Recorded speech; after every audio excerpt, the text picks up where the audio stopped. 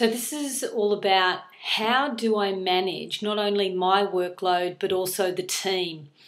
And this is the challenge of all managers that I've found over the years is that, the expectation is that they rise through the ranks because of technical capability, but also they have to become, experts in psychology and social emotional intelligence.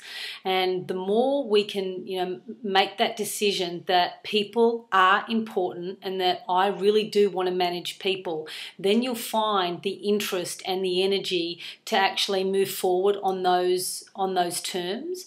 So if you're finding it a challenge to manage your workload and the team's workload, then you have to have a look at the way in which you structure your day, also how you configure your team and your resources, and also are you able to delegate and share this workload in a way that not only satisfies the results that you're after, but also you and your team. And the best way I've found to do that is to share the information, share your situation with your team.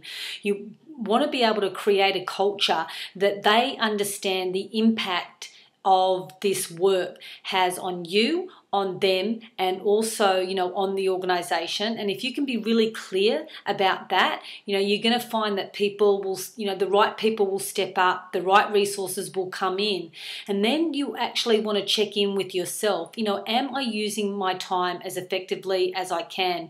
Am I getting the right energy, and am I getting enough rest in order to continue the way I'm continuing? Of course, there are going to be times when you're going to have projects that are going to use a lot of your time, energy and resources, but you don't want to have that chronic situation, because otherwise it's going to be too stressful and you're not going to be able to manage yourself in a way that is the most effective.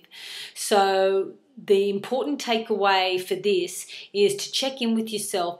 Am I using my time as effectively as I can? Like every day, do you just write down a list of things to do, or do you write out a list of the achievements that you want to achieve? Do you plan and do you structure your day?